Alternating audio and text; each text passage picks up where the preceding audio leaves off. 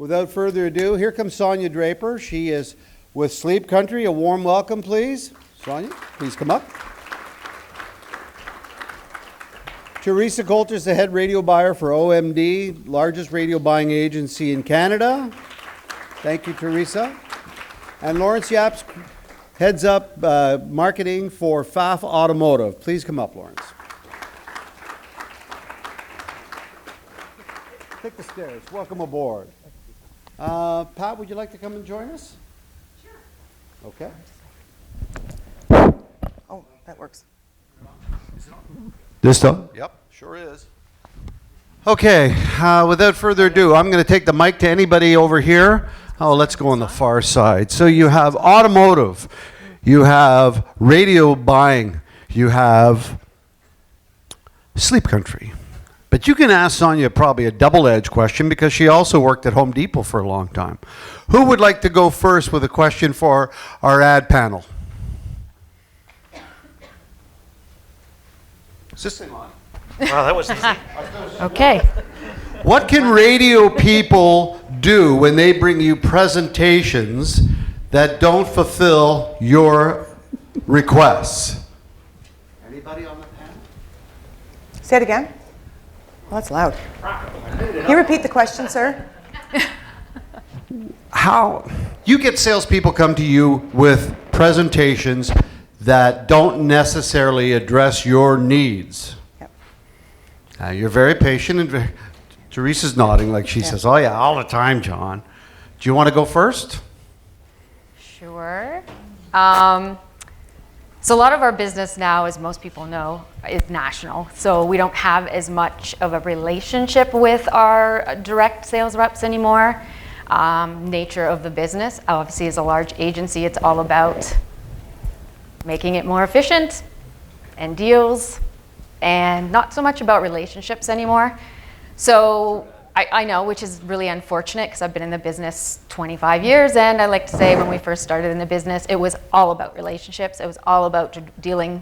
Probably 90% of my business was direct. Now maybe 1% is direct. So, but I still leave it open though. There are often times when local reps will call me and say, I have a great opportunity for Nissan or whoever. Can I still come in and talk to you about it? Because it's not necessarily brand sale money. It's, you know, a promotion or it's something different. So that's usually we talk first to kind of figure out what it is before, like, don't waste your time developing something if it's way off base and I know it's not ever going to go anywhere. But if it is going to go somewhere, then we usually discuss it first, and then they come in to see me and we talk about it and then see if we can push it through to the planners, which obviously is the next step. I don't usually have a lot of client interaction. I do have a few clients I still work with a lot, like Subaru. Some good clients I work with, but a lot of it is planning. You have to get through the planners first before you can ever get any further, right? And it's nice being on stage with somebody from an agency, because I think one thing, like you're saying, is that kind of the way that all of this has evolved, and we're a car dealer group, like everything is, you know, the relationship kind of element is less important now, unfortunately, and there's a lot more structure, I guess, to how we plan, how we budget. So one of the things that I think is really important for, you know, everybody, I guess, to understand is, like, whether or not you like the process, there's generally a process now, and you know, sort of following the process. You know, we have a agency that buys our media for a reason. Sometimes it can seem like, especially for somebody like me, we have something like 20 different businesses, and it's actually, we employ an agency to reduce the amount of noise that happens at the dealership so we can be more focused. So it's actually counterproductive to try and, you know, talk to everybody. We have the right person to talk to, and respect the fact that sometimes it may not be who you want to talk to. But, you know, there's a process and there's a reason that we have agencies in place that kind of do this. And yeah, some of it is to really beat you up on pricing, but that's part of our process, and that's what I have to live with on a daily basis. Yeah. Ours is completely opposite. Oh. Completely opposite. In fact, once a year, I tour with, we have a media partner who is a buyer, not a planner. We have internal planners within our organization, and we meet with radio stations across the country every year, but we give a brief ahead of time. And primarily, it's not about buying the 30-second spots, like we do that completely separately, but we do buy locally. We meet to talk about promotions. So we do 350 radio promotions every year across the country. And in order for us to be able to do that, it's about building those relationships. It's about having the radio partner understand what it is we're trying to do, because we don't want a cookie cutter promotion that says, hey, Sleep Country, put your name on it. It doesn't make sense. So for us, it's important that they understand, what are we trying to achieve with the promotion? How are we trying to reach out locally and get our customers engaged with our local business owners? And that's really important. And the fact that we have that face-to-face, they really understand how important it is for us to drive that business locally and how they can help us achieve those goals. Okay, now I'm coming over. We just had a great session with Pat as far as asking questions. And this is a good group up here. So, Thomas? Yeah, my question was just speaking on the promotion side of it. Given the shifts in radio, do you find that doing that extra legwork when it comes to the promotion side of radio really pays off more than the straight block drive buying 30-second ad slots through the year? I mean, you do that already, but is the promotional really paying off for all the legwork? Absolutely. That's why last year when we implemented the promotion strategy, I think we did about 85 for the year. And the fact that we are in the 300s now shows that it did pay off for us.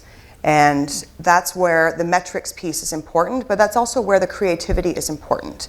And when I say that, radio partners come back, it can't be cookie cutter, because it has to make sense. There has to be something in it for the listeners, has to be something in it for our business, but also for the radio station in order to have something entertaining and engaging, in addition to our 30-second spots. Now, I'll be the first to say our 30-second spots may not be the most creative and entertaining, but that's something that we work on separately. But the promotional piece is where we really have that opportunity to make that connection come through and leverage an insight that really does come from the local opportunities. How are you measuring the success of promotions? Traffic and sales. So you're seeing direct sales and traffic in a particular market where you do a promotion, and you're following up on that? It's traffic and sales, but it's also engagement on the social platform. So one of the opportunities that I noticed, I've been with Sleep Country for a year, and the opportunity was, how do you connect the social platforms that the radio stations are spending effort on as well? How do you connect that back to our own social platforms so you can see that there is that cyclical relationship? And that's still an opportunity for us. Our social platforms need improvement, and we're working on that. But that is where we see a partnership as well, because it isn't just about the radio, it's about the digital integrations, because everybody is using a digital platform.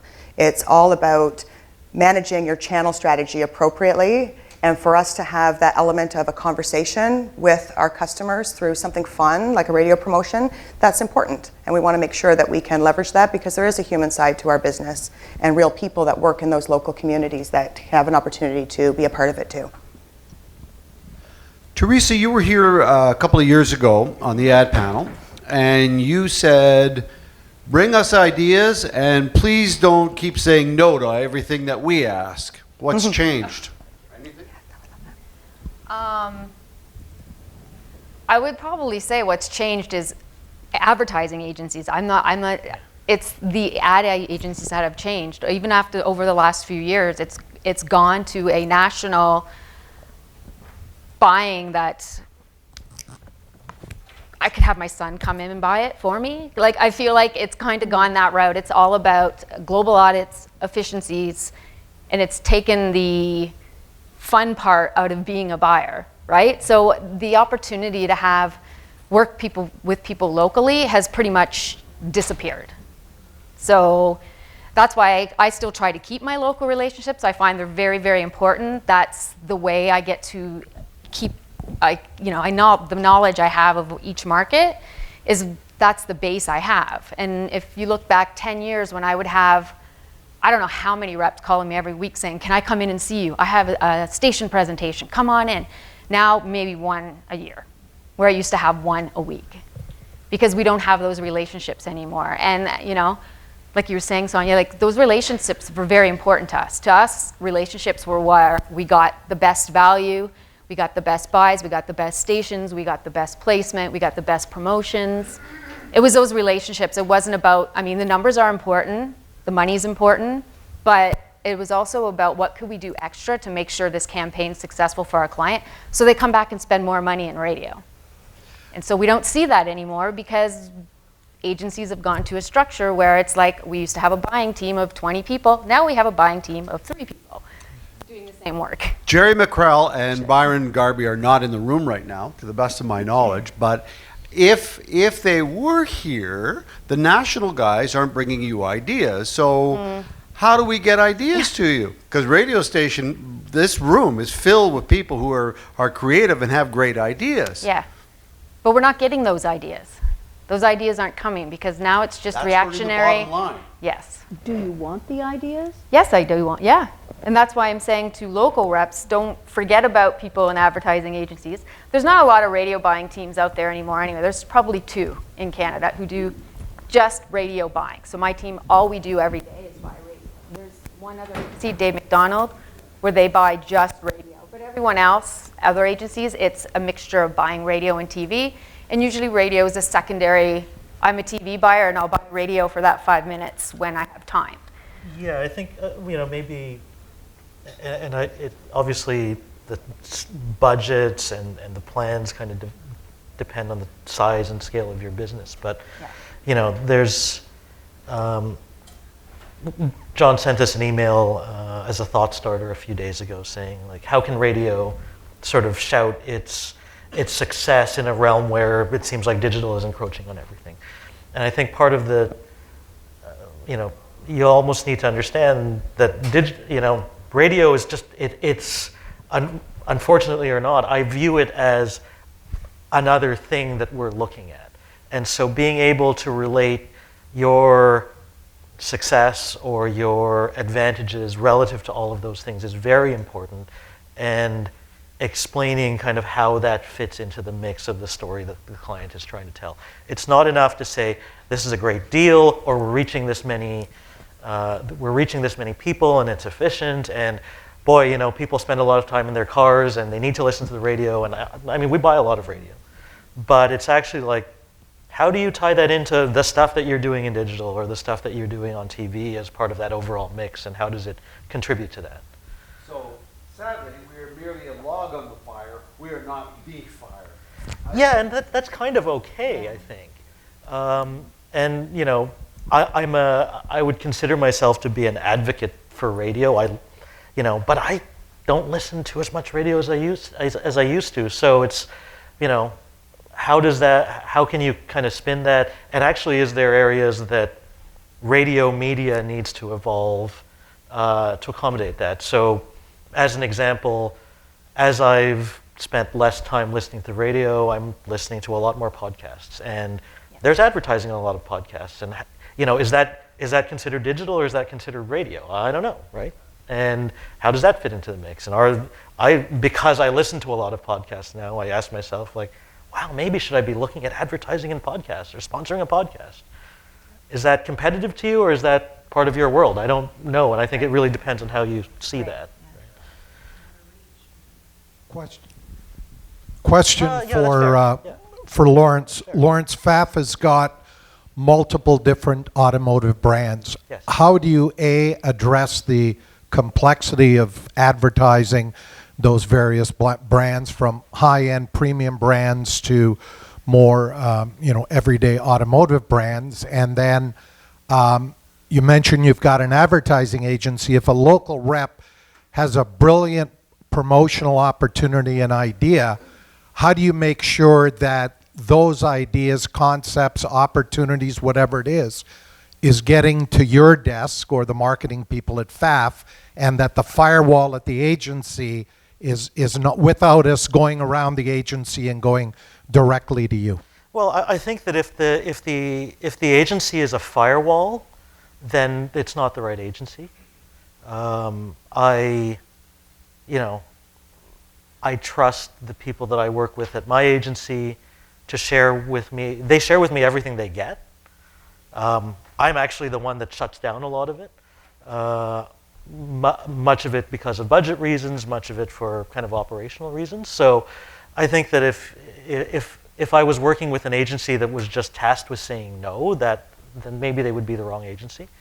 And in terms of addressing all of the different brands that we represent and how their media mix is developed, that's we have locally based marketing people in each of the markets that we're in that have a constant dialogue with the management at their stores, that have a constant dialogue with us at head office, and we're talking weekly, daily about things that we can be doing. And one of the reasons I want to run everything through the agency is actually, for instance, with our Mazda store in London, we're running some radio for our Mazda store in London. The problem is that if that relationship is between the Mazda store in London and their local rep, sometimes balls get dropped on our side, not through any poor intention of the person there. I need to have that on kind of a master list because our creative is done in Toronto. So that's kind of how we work, and so we have a lot of local kind of knowledge at each of the stores, and they're the ones that help inform how we build our plans. I know this might be more of a statement than a question, but stepping back to the answers that the three of you gave to the question about relationships, and I think I basically heard three different answers. We heard about a company doing 300 promotions. We heard a company that would love to do more promotions, but the agency has scaled back and it's hard to do that stuff. I think what I'm hearing is that us as sales reps, one of the most important things we can do is strip back the process and say, as radio station XYZ, how would you like me to do business with you? How should we be moving forward? Teresa, I remember one of the first times I phoned you, you answered the phone with a big question mark, and you said, well, I don't answer my phone, send me an email. So now I learned you email Teresa, right? Yeah. So maybe we need to strip some of that stuff back, right? I think it's more than that. It's more than how you get in touch with people. It's more on what's the content. Like, what is it you're trying to achieve? I mean, obviously it's black and white. You want to increase your sales, et cetera, but it has to be more meaningful. And I think, we were at a conference. It was Rogers, The Future is Sound. I don't know if has anybody been there? Did they go to that? It was a couple months ago. Anyway, what I thought was important about that was that the future is sound. And if you take a look at audio and where it has been and how it grows, and a lot of the research and a lot of the applications that customers have to say, I want to subscribe so I don't get advertising. The question around that is, why is that? If advertising is just bombarding in certain messages that customers don't want to hear or they're not paying attention to or they don't think they're paying attention to, how do we make that more appealing so that it's more content-based? And you can still measure the action that a customer is going to have. But I think that's a fundamental change in how we structure the commercial. So if it's a 30-second commercial, what are you trying to say? And is it something that's meaningful for a customer rather than an advertiser just pushing out the fact that we have a sale on? And we want you to do something about that. Who cares? There has to be a why do you care? So what? And that is a creative conversation where I think everyone in this room that sells advertising, you must have a lot of exposure to the types of ads that are going on your stations. And if you do, is there anything you can share with an advertiser that says, this works or this doesn't? Do you get any information from your advertisers on how successful that campaign was? Do you care? Maybe you should care because maybe that's an opportunity to say, now we have data we can share with you to say, this type of campaign worked, this type of campaign didn't work, and now you have more value to give to an advertiser to say, you might want to change the structure of your ad if it's not working. It's not necessarily the channel, it's your creative. And I feel that there's an opportunity for there to be more of a dialogue as to what works and what doesn't. Now, I know we don't share our results directly to any advertising partners, but that's not to say that we can't say, look, we want to test something really cool. We want to change the way we communicate this offer to see if we can drive additional traffic. How do you help us do that? And is there an opportunity for you to be able to learn from that and share as well? I don't know, I'm just spitballing here, but it's something I think that fundamentally there's an opportunity to change the way we communicate using audio. Does that make sense? It's interesting. Thank you, Sonia. It's very interesting because this morning when we started off the session, we talked about radio needs more raconteurs, talking about success stories on stuff that does and does not work. Brian. Thanks. Teresa. Yes. How are you? Good, how are you? Good. Nice to see you. Yes. when a big institutional advertiser like a McDonald's has a massive strategic shift and decides to de-emphasize radio, for example, and you're in a situation where your agency structure has fundamentally changed, your buying group is smaller, your ability to maybe sell forward our value proposition and defend those dollars is reduced. Right. How can radio collectively come to you with a solution, and are you interested in that? Do you want radio to come to you and say, hey, let's Yes. fix that? Yes. How do we do it? I don't know. It's a loaded question. I want to say that first statement that John read was my statement about the attribution model, because what we're seeing as an agency, or what we're seeing when we're talking to planners, when they're cutting or reducing our budgets, we're like, why? And they're like, well, we have, you know, these marketing science guys who have this attribution model that says radio doesn't work. So I'm like, well, I'd like to see that. I look at it, I go, I don't know what this means. So I've kind of put it back out to many radio people, Rogers, Chorus, Bell, saying, what are you guys going to do about this? Because something needs to be done. We can't just sit back and wait for our phones to ring, because planners, especially at large agencies, are looking at, like you said, all kinds of things when they're putting their plans together. Yeah. And they're like, I'm going to go with digital because I'm going to get results tomorrow. The problem, I think, that with digital is that, you know, it's funny because you look at these delivery reports, and Yeah. it's like, well, the benchmark click-through rate for your industry is 0.01%. So like at 0.03%, you're actually doing okay. And it's you know, but this is what we get. And the problem is that you are at least getting data, right? So you know that it works even if it's working really, really badly. But the problem with radio is that, yeah, there's, and you know, a lot of the mass stuff is like, it's kind of people, customers, employees, whatever, say, hey, I heard your radio ad, it's great, or whatever, you know. We are ourselves not doing a good enough job tracking that, and asking, you know, our sales representatives or whatever to track that is impossible. But trying to figure out some kind of attribution model is really important, because I do feel like, you know, we spend a lot of money in digital, and we know that like a lot of it is thrown away, but we know that of the stuff that wasn't thrown away, how many of those people kind of made it onto our website, looked at a specific car, gave us their phone number, and it's down to a point now where I can say, oh, that person bought a car. But don't you find a lot of that is driven by hearing the radio ads first or seeing the TV ads, but when they click through, the attribution goes to digital? Yeah, but the problem too is that there's a little bit of I know that we're undisciplined in terms of when we run promotions, and you know, I think one of the things that you could do to tell your success story, to help build that, is, and it requires a lot of discipline, we haven't done this, is to run something specifically on the radio so that you can track it back. Right. Whereas, you know, we're saying like, okay, well, this is what we're doing, so we're going to put it out on all of our channels, so it becomes actually more difficult to attribute, you know, where that initial conversation started from.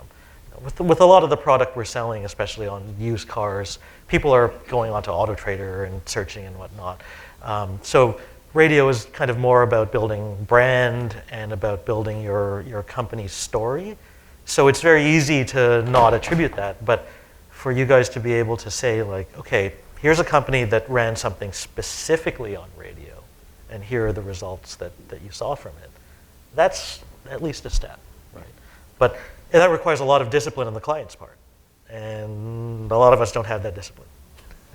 And you also have planning teams who are junior people, who are working on your business and saying, okay, well, based on the numbers, this is where the money's going. Have you seen anything that you lost come back to you when it was a failure on the digital platform and they've gone back to radio? Everybody hear that okay on that? Yeah. That's a good question. Yeah, slowly, some clients I see are coming back. Some it might take a year or two. I would say this year's been the worst year for us at like buying, budgets wise. It's probably the first year where I've actually seen the radio budgets go down. They've been pretty consistent pretty much every year. So I'm hoping that will come back. There could be various reasons. It could be because we lost some clients and whatnot as well. But there are a few who have moved their money into other places. I think I'm the anomaly. Yeah, well, no, then we have some that are huge radio Yeah. supporters who are just there regardless and always have been there, right? It works. Yes, Does it work? because they know it works. Lawrence, could I just add to what you were saying about digital? Isn't the obsession with measurement killing Oh, the 100% it focus is. on branding? 100 it's killing creativity too It's in a killing lot of creativity and it's in a lot of killing- ways. It's killing branding. Yeah. And they have to be linked. It creates and I come at this as somebody with a degree in writing fiction, right? So it creates this kind of self-reinforcing loop with the creative that says like, well, that one got like a better than average, click-through rate or conversion rate, so let's just do more of that. But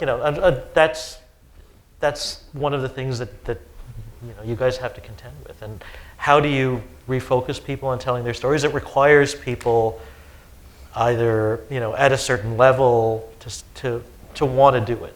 And there's a little bit of blind belief that this stuff works. And I think that that's kind of okay. Like even though I'm listening to less radio now, we're buying more radio this year than we did last year.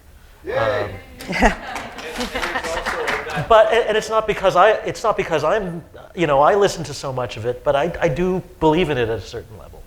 And I think for the right kind of message, it makes sense. Well, and the data is important. Like it's not just to say that data is, does it shift ditch to ditch for some organization? Yes. But at the end of the day, you also have to be realistic to your budget. If your budget is not going to grow, then you have to be more efficient within it, and you need to be able to optimize, because let's be honest, there is waste in every channel, I'm sure, that we're advertising in.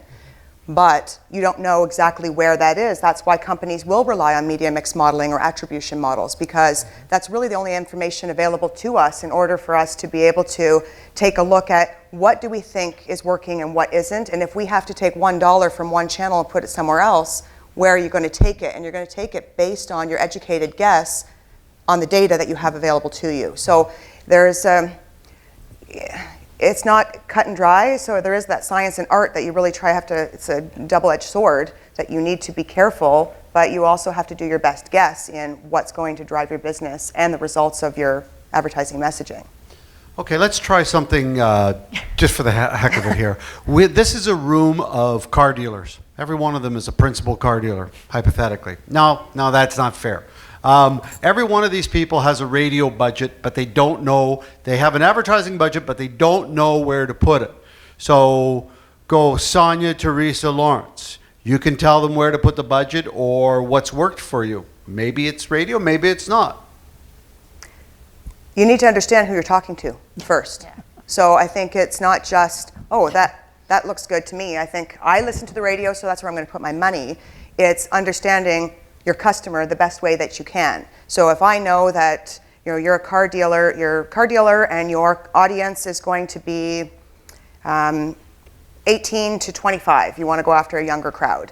But what are they listening to? Well, how do they consume their media? The media behaviors are changing. They do change. Someone mentioned podcasts, and someone said it's not a reach medium. It's not today. But who's to say it's not going to grow and you start to see results from that? So you really have to understand who your audience is and what are they doing. It's not, and I think I'll use podcasts as an example. It's definitely not a reach medium, but boy, the amount of immersion that you have in that versus listening to the radio is huge. I think knowing who you're talking to is very important, as you've described. I think as a car dealer, I think one of the things that we really look at when we're looking at our mix is where are they at in their process. So a car is something you're buying, if we're lucky, every couple of years, 3 years, 4 years. So, for people that are much closer to that purchase, there is a very strong argument, I think, to be in digital, because it's like, okay, I'm trying to decide which dealer I'm going to go to or which specific car I want to buy. And being able to track them and then, kind of stalk them around the internet is really important at that level. But I think radio has a very good story to tell for people that aren't in the market yet, but maybe 6 months, 12 months, whatever down the road. But that's a very different story you tell there than to somebody that's in the market for a car. Yep. Right? So understanding who, who you're trying to talk to and kind of what stages of the process really for us determines where we're going to address them. Like there's stuff we're doing where I feel like the runway may be 20 years. And fortunately I'm blessed with executives that like kind of get that and they're okay with it. Yeah, yeah, and you run into challenges too where, so say we're in the car dealership and based on where they're at in their purchase funnel, it's important too, because if it's a conversion strategy, then it won't be radio. It's upper funnel. So if it's upper funnel and I want you to just to think about my brand, because you're not ready, like if you think about buying a mattress, you buy a mattress every 8 years, hopefully. If you buy a mattress every 8 years, then I want you to always remember that Sleep Country, that's our expertise and we will help you. But when we use radio and we try and close a deal and tell you all about us and branding cues all in 30 seconds. So we're greedy and we want everything to happen in that 30 seconds, and that's an opportunity for us to figure out. But when they are in that purchase cycle, they are going to do the research. And where are they going to do the research? They're doing it online. So we need to be in that digital space too. But that's where understanding the purchase path is critical for us, because up here with radio and TV, we're all about branding, but then we need to make sure that we manage that funnel so that even the CRM capabilities to make sure that they get the sheets and the pillows and everything else that they need, then we have them as part of our database, and then we're going to leverage that channel as well. So it's really understanding where they're at and knowing what they want to hear when they're in those different phases. Okay, before I go back, I'd like to warn Pat that I'm going to ask her to ask questions in a moment or two.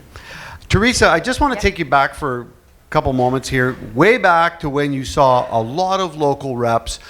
Best in class presentation had what? Worst in class presentation had what? Just don't worry, you're not throwing anybody under the bus. Okay? When they were at their absolute best, it was because Okay. So we used to send out briefs when we actually did have everybody, all our local reps come in. So we would send out a brief to everyone, giving them quite a bit of detail about who our target group was, what our markets were, what we were looking for, so that they were prepared to come in and present. So usually a good presentation for me was a couple pages. Like I didn't need like 10 pages of here's my format, here's my listener, here's my ranking, because I know all that. I've been buying for a long time. So really it was just down to the point. What are you offering me? What kind of schedule are you offering me? What's my cost? I'm always a back page flip. I'm going to flip to the last page. Everybody knows me. I'm just going to look at the last page. How much is this going to cost me? Then I want what kind of extra added value are you offering me, and something that's relevant to my client. What are you going to do in regards to promotions, giveaways? Something that's tailored to my client is really this spectacular, right? And then not so great, I don't know, like not listening to me and just coming in with something that's you were saying, like, not relevant, I don't know. But usually I just tell them that. You can leave now and come back with what I told you I want. Yeah. This is crap, right? I walked in just as you were wrapping up, but listening more than speaking is really important. And and I'm one of the guys that actually says, like, talk to the agency and they'll help me filter all of this. But nothing is worse than somebody coming in that is uninformed about what you're trying to do, is uninformed about your business, and is just kind of explaining all of the things that they've got. At least make the effort to kind of tie it back to, here's where I think we fit into all of the stuff that you're doing. The best program that we've ever been presented was an integrated program that had TV, it had radio, it had digital. And so this is how we can bring this promotion to life. And it was more than what we asked for, and it was inclusion of all channels that they had available to them to make it as robust for us as possible. And the price tag was like half of what you would buy for airtime, including some of the in-kind pricing that we would give away to offer to the viewers and the listeners.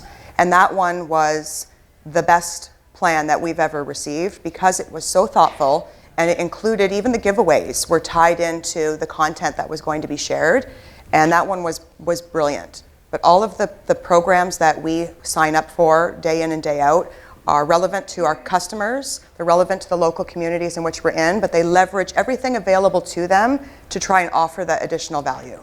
And I would agree, the worst ones are the ones that you can tell it's something that they created on their own without looking at our website or understanding our business. Even in the one where I talk about integrated media, they actually went into the local store to talk to them about what would be important for them to see as customers come in. So those ones were brilliant, but the ones you can tell aren't thoughtful, it's evident. This can't be a company that rhymes with the word sell in any way, shape, or form. Okay. Pat, do you have a question? Yeah, I have a question. What if you're not a Numeris subscriber? How does that fit in your, how do those types of stations fit in your plans? Yep, no, that one is good. We look under the hood at the station and what their reach is. Where they rank, it's not always about where they rank, it's really about their platform, their audience, and what area they do cover. So we do have stations that we work with that aren't on the Numeris platform. And when you are in Numeris and you're number 1 today and you're number 5 tomorrow, we don't look at those numbers as the basis to say you're out because you're number 5. It's really about the partnership. And I go back to the partnership because that is really important, not the numbers. Everybody gets a scorecard and sometimes it's not so hot, but you're there through the good and the bad. And I would say as an advertiser goes through good and bad times as well. And when that radio partner is still with you, even though you're struggling, then that's important too. Because at the end of the day, you are all trying to drive a business, but you're also trying to keep your customer engaged. And when the numbers are there, awesome. And if they're not there at all, then you try and take that into account, but you look at other factors. That's great. Amazon. How is Amazon going to change the business that we're in? Meaning buying a bed, using all the advertising that you talk about, because God knows they're just going to buy their own agency next, and buying a car and having it delivered. We're talking disrupted, major disruptor. Any comments on disruptors? Amazon changes everything, even as a customer, what you're going to do. Like, who subscribes to Amazon Music? Anybody in the room? Amazon Music is something that also affects even the stations. But it changes search. It's like one of the number 1 search platforms. People go there before they go to Google. They will go to Amazon to see if they can buy it, regardless. So it goes back to relationships. It's customer service. At the end of the day, I believe customer service will win out no matter where you are. If Amazon can sell you a bed, will they make sure that that's the right bed for you? Will they give you that free consultation service? Will they make sure that there's a 100-day guarantee? Will they take your old mattress and recycle it or upcycle it for you? No, they won't. Will they get there? Maybe someday, but I think customer service will win out, even if a business relationship or even a retail agreement. I don't know how do I answer that. I would agree with you because we're in a very bricks and mortar business as well, and we look at disruptors as well as disrupting ourselves. And I think the one thing that really, stands out is how do you deliver that experience to a customer that keeps them coming back. And that's actually one area where radio is a very effective thing, right? So one reason we are buying more radio this year than we did last year is that we've spent a lot of time kind of refining our customer experience and doing things like, taking away the whole negotiation process, removing fees from our transactions and all of that.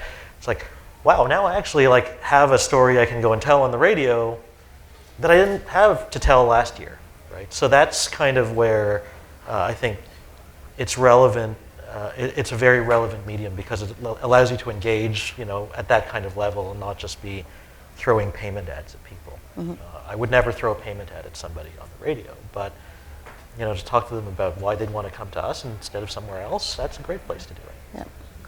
Or you could be like one of the other large retailers that just bought out the competition that was started online business, right? Yep. Yeah. You're a disruptor and you're online and you're selling your entire space. We want to be savvy online. So now they're part of the family. Not everyone in this room has a sophisticated car dealership company like Pfaff Automotive. Okay, now we're all car dealers again. You've got to tell us what we need to know as car dealers for radio advertising. I don't know where to start. I think what it comes back to is that, I would, again, I think that maybe there's the sense that radio is in competition with other mediums, and really the shift may need to be radio is part of a much broader landscape. And so if I was talking to another car dealer, I would say, okay, think about all of the things you want to accomplish and the different stories you want to tell, and then pick the most appropriate medium to do each of those things. And I think that there's a great place for radio kind of to tell that brand story. But depending on even the urgency that we have month to month about moving specific pieces of inventory, well, that's not something I'm going to spend, the money on the radio for. So it's really looking at your customer's overall journey, where you want to be talking to them at what points in that journey, and then just picking the most appropriate ways to engage with them. So, as an example, we got started on podcasts a while back. There are, I listened to a couple of podcasts that I would go like, wow, I wouldn't mind getting on there. And maybe I'm not going to see the benefit for years and years and years. But the level of engagement I'm going to have with those people is much higher than with a mass market 30-second spot or with a radio promotion. So I think my advice to a car dealer or anybody else is like map out your customer journey and figure out what's the best thing to use at each of those points, and what it's worth to you at each of those points. Can't wait. You know how to ask questions. Well, I've been in this business a long time. I always say, you cut me, I bleed little radios. But I have a belief, and I think it's shared with many of the people in this room, in that the most efficient, best way to educate people is through the power of sound, because we learn through the ear. But I also think we're not very good at communicating that belief and transferring it to buyers, and especially to planners who decide which bucket the advertising dollars are going into. How would you recommend that we as an industry be better at sharing that knowledge with the powers that be in agencies? I would say Radio Connects. I've talked to them before and said for an agency, I would recommend that they come up with some kind of planning tool. I don't know if it's online, but how to plan radio, what kind of GRP levels to plan it at, what kind of spot levels for non-rated markets, because we do buy a lot of non-rated markets at a spot level. When to plan it, why to plan it. It's a lot of those just basic understanding that a lot of junior planners don't have, because a lot of them just say, and they're the ones in charge of the money, and they're the ones saying sometimes, I don't listen to radio because I'm 25 and I just don't listen to radio yet in this part of my life, or I walk 10 minutes to work downtown, so I'm not listening in my car. So I'm not listening, so nobody else is. So that's there you go, it's gone, right? It's off the list already. And a lot of times we as buyers aren't included in that process. We're kind of brought in at the point where they're like, we're going to plan radio, so now can you tell me how to plan it? Because often they don't know, again, what markets should I be planning? What GRP level should I be planning? What kind of reach frequency should I be looking at? All those things. So it would be great if they had something like that they could go and just get a little training of those types of things, so they would know when to use it. I'm from Radio Connect. Yeah. Hello, Lisa. We do have on our homepage a document, it's about 30 pages long, called Radio Basics. Okay. And it covers GRP levels, reach frequency, and stuff like that. But we would also request that they come and talk to us too, because each brand, there's so many variables. Of course. But yeah. I would also say too, on that, it's not, if the question is, how do you make the agency pay attention, then I'd say, be creative. Think about ways that you can engage the key partners that you want to have at your beck and call or as your partner. Create a summit or an information session or even an open house, and make it compelling for them to come, invite them, and make it memorable, make it important and informative. There's ways that you can educate the people that you are targeting, whether it's a customer or a potential client, and make something. Like, I remember once upon a time, even though it's retail, but we had a number of different team members that, you know, they really didn't get all of the different channels and how they work together. So we created a summit and invited all of our key partners who were willing to come and present, and we made it really fun and engaging. We created our own conference, essentially, to make sure that they walked away with information or even just the ability to ask more questions because they were now interested in it. But everybody in this room has the power to create a situation that someone is going to come to and be able to benefit and walk away from with valuable information. And hopefully you get what you need in order to move your peanut down the hallway. Because at the end of the day, that's all what we're all trying to do. And if you've got something, if you believe in the story and the power of radio and audio and what that transformative future looks like, then be that change, because that's really important that you can affect that and the audience around you. Yeah, I think that, you know, you can't feel that they're your adversary. Yeah. And I think that there's often, like, you know, I hear it from radio reps. It's like, well, I'm calling you because, you know, your buyer or your planner doesn't get it. Well, that might be a little bit on you to kind of help educate them get as it. well, because I'm not that informed. Yep. That's why I have them. Yeah. Right? So. But I meet a lot of radio people, and they're very passionate about their medium. So share your passion, because if you're excited about it, you have the ability to get me excited about it too. John, there's a question over there. This morning, before you folks got here, we talked about radio needs raconteurs to talk about the story and the sales success, and not to blow their horn of we're number one or this kind of stuff, but really the measurable results of caring for clients' business and growing their business and partnerships. So it seems to come back, and video, fortunately, did not kill the radio star yet. So how do you actually, if you're dealing with an agency and they don't want any information from you, they don't even want you to like point out another station even though it's in the demographic they're buying, and they're like basically shutting you down, saying, no, all I want is this station and this station, even though their demographic is actually better served by the other station, and they won't have that conversation, and they have basically said, we will not allow you to talk to the client, and if you do that, we will pull all the business. Oh, that's bullying. Yeah. But That's not cool. a lot. Yeah, no, that's not cool. It's like telling, you know, I'm telling mom, I would go to the client. If we had a proposal that was being blocked by our partner, who was our filter that we put in place for whatever reason, obviously you get millions of requests, so we do have a buyer that does help us filter and help us evaluate, but they will look at every single one. And we know they look at every single one because they document everything that came in and everything we said no to and all of the reasons why, and we get to see that. And if there's anything in there that we're like, you know what, I think this one actually might be worth a conversation.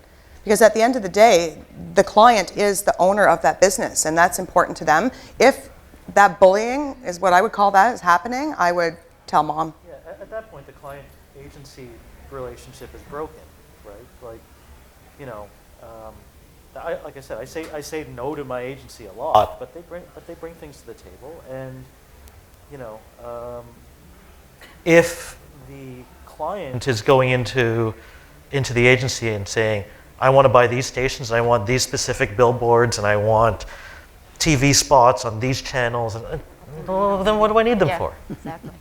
Right? They're supposed to provide counsel on, okay, if you're, you know, what I'll do with our guys is we go to them every year and we say, like, okay, here's kind of our latest customer data.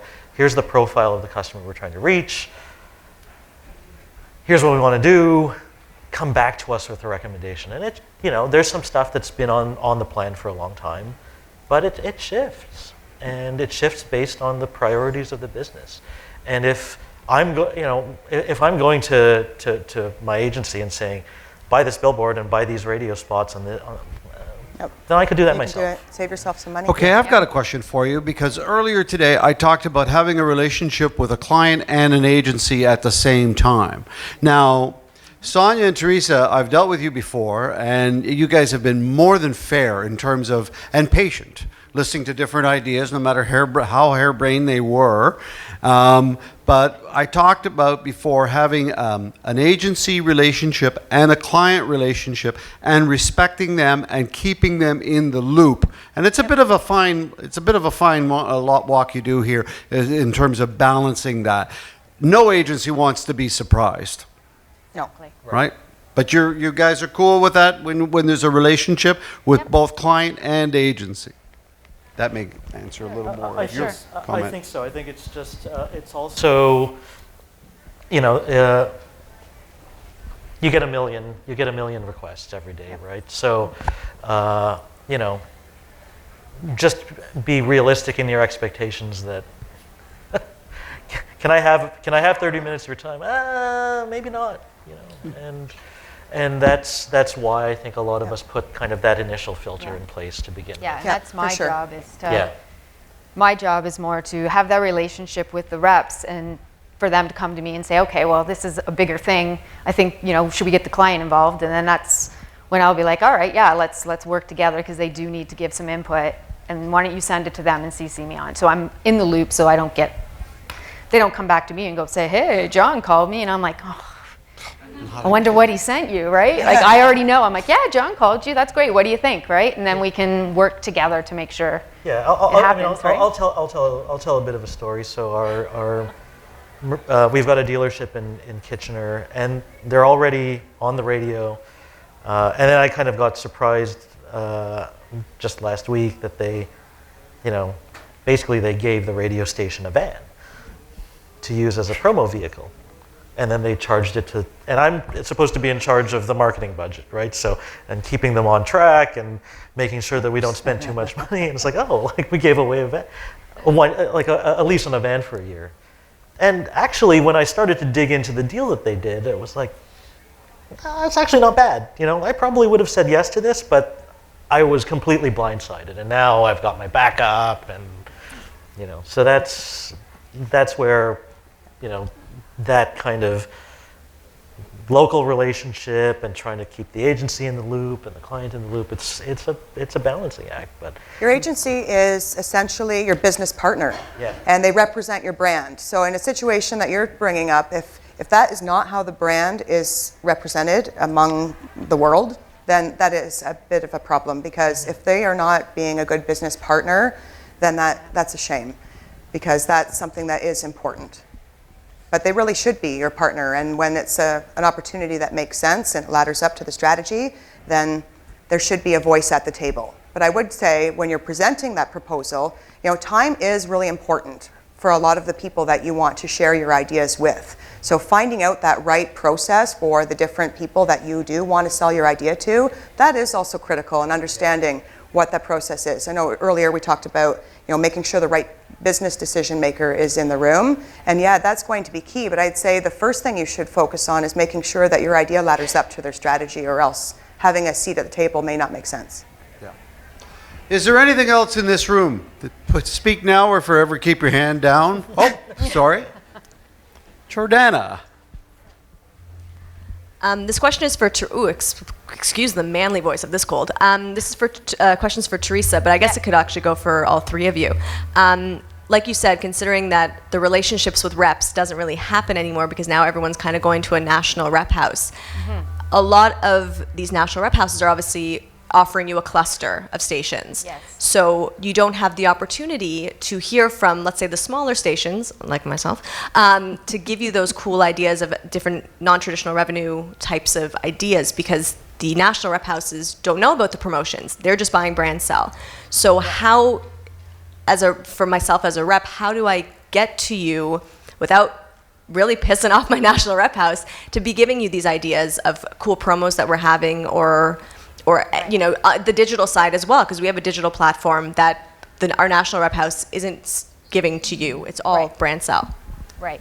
So I would say from that, just contact me directly, because as far as we're concerned, brand sell is one thing and that's what we buy. But when it comes to promotions that are outside that budget, then we always welcome local reps to call us and send us those opportunities, because we'll filter those through to the planners ourselves or the clients directly, because I do have a relationship with a lot of our clients directly, so that we can work through those, and it's something you brought us, because unfortunately national reps they will send us some promotions if they're sent to them from the station and then send them to us, but that doesn't always happen because they're dealing with so many stations and so many markets across the country. I get that a lot of times it's just reactionary rather than being proactive.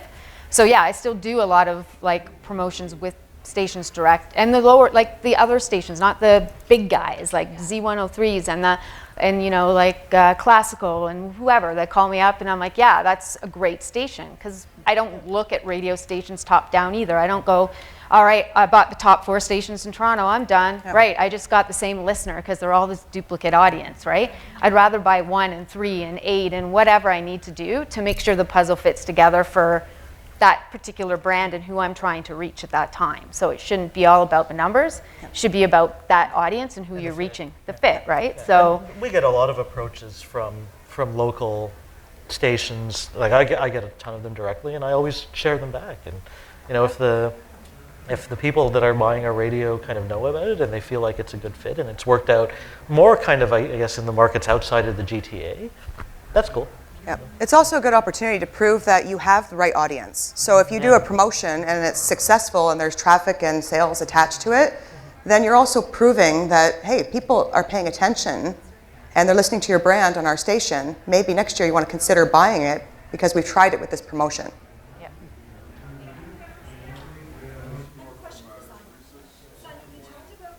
I don't know if anyone got 2. Okay, you got a follow-up over there as well, John.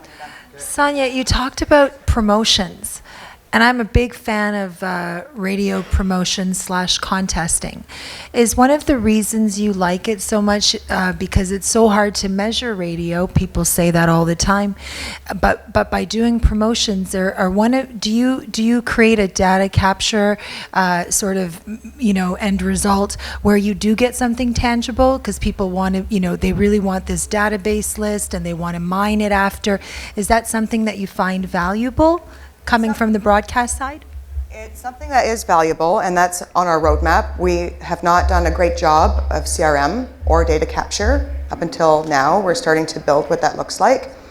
But yes, for us, for contests and for the promotions, that's where the platform engagement piece is important, because if we can get more followers, we get people more engaged in the promotion, and we can find them on our website, then we have an opportunity as we develop that funnel and that structure around it. So yes, and that's the plan. The plan is, how do you make everything we do more measurable? Because we really want to know that if we've spent X on this promotion, how successful was it, and what was it about this that we would do differently or the same, and build on it for next time we want to run something that's important for the business. So it's an attribution. It's trying to develop what that attribution looks like, but be able to really leverage it, because we are an organization that doesn't take from one piece of the pie to give to another. We build on top of it, but at some point that will maximize, and we won't be able to do that for long. It's not sustainable. So we will have to make sure that we optimize each channel as effectively as possible. So I don't know if that answers your question or not. I feel like I kind of... I do hear the word attribution more and more. Yeah, we're working on it, but that is something that the promotions allow us to be able to do. All right, the very last question goes to Keith Davis. Oh, better be good. My question is, Sleep Country, it's about sleeping.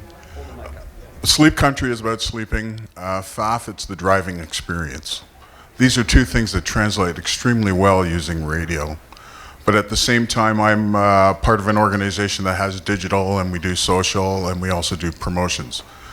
For a company like ourselves, which is just one operation, how do I get in front of you when I've got an idea that involves all of those media, knowing that you have an agency, knowing that the agency will take the idea, but at the same time, I need to get to you to get a full briefing as to, does it fit a CNA, as it were? I would say, come to me with the idea. You'll have to be very, as I think somebody described here, really, really concise with if it's any longer than 1 page, we probably aren't But if it's an idea that's good enough to boil down to one page and be really understandable, we'll always look at it. And if we're not looking at it, we're not doing our jobs. I've seen a ton of those. One or two of them pan out every once in a while. But I would be actually much more interested in hearing something like that than receive a 20-page deck about who you're talking, who your listenership is, and what your reach is, and we're part of this network, and oh my God, aren't we awesome? I would much rather read that. Yeah. And I would say, in order to arm yourself better, would be to leverage case studies. So if you have other customers or clients where you've been able to prove success with a campaign or an example, get permission from them to share it, or even percentages, et cetera, but come in with an argument that says, I did this for one customer, and I can do it for you as well, because we can leverage this, and this. It ties into, here are the things that I know about what you're doing. This makes sense for you. Yeah, I get your brand, I think I understand your strategy, and this is how I can help you. That was excellent. Ladies and gentlemen, a warm welcome of appreciation for our ad panel.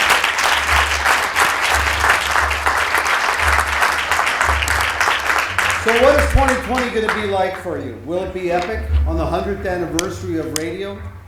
Are you going to move into a level 3-4 world? Will you set your habit loop for more prospecting? Will your VBRs answer client questions?